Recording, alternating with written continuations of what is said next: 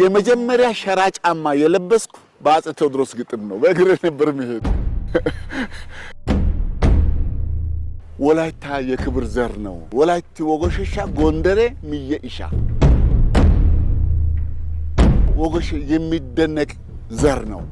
ጎንደር ደግሞ የጎን ወንድሜ ነው፣ አካሌ ነው ማለት ነው። ናቱዋ ጎንደር እሹ ጎንደር 900 ዓመት የታገሉትን በ14 ዓመት ነው አባይን ገድበን ድል ያደረገው እና ቀላል አይደለም።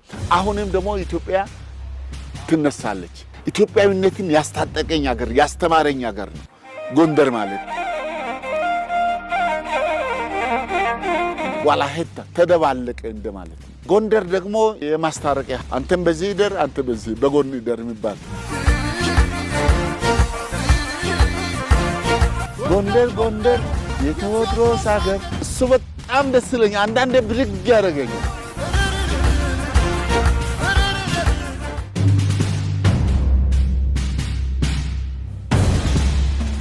ወልዴ መና ጀግና ይባላለሁ። የጎንደር ከተማ ነዋሪ ነኝ። የሀገር ሽማግሌ ነኝ። ወላይታ ነው የተወለድኩኝ። ያደኩም ወላይታ ነው። ገንደባ ወንባ ይባላል የኛ ሰፈር። የአውሮፕላን ማረፊያ ሰፈር ይባላል።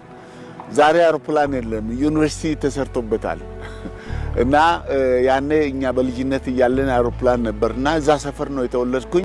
በወሬ በዝና ስለ አፄ ቴዎድሮስ ይወራ ነበር። ገና 3ኛ ክፍል እያለን ጂኦግራፊ እንማር ነበር። ኢትዮጵያ በጌምድርና ሰሜን ጠቅላይ ግዛት ዋና ከተማ ጎንደር ነው እና በአፍሪካ 2ኛ ተራራ ራስ ደጀን ተራራ ይባላል። በኢትዮጵያ 1ኛ ተራራ የሚገኘው ጎንደር ነው የሚባለውን በጽሁፍ አውቃለሁ። ይሄንን ተምረናል። ከዛ ሌላ አንድ ታሪክ አለ።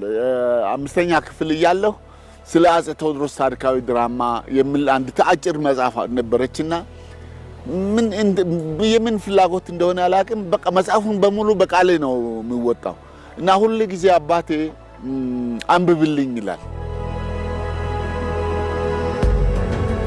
ጎርጎራ ጎርጎራ አንቺስ ክፉ ጎራ፣ ሴት ሁሉ አንቺን ንቆ ሲኮራ ሲኮራ፣ ወንዱ አንቺን ወደደ ተኛ ካንቺ ጋር የሚል ትዝ ይለኛል። እና ምንድነው ስለ አፄ ቴዎድሮስ ታሪካዊ ድራማ የሚል በየጊዜው አነባለሁ።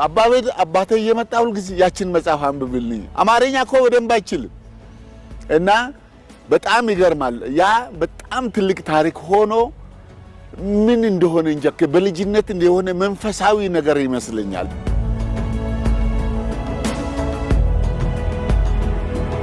እና አንድ ቀን አባቴ አንብብ ያችን መጽሐፍ እንደገና ሲል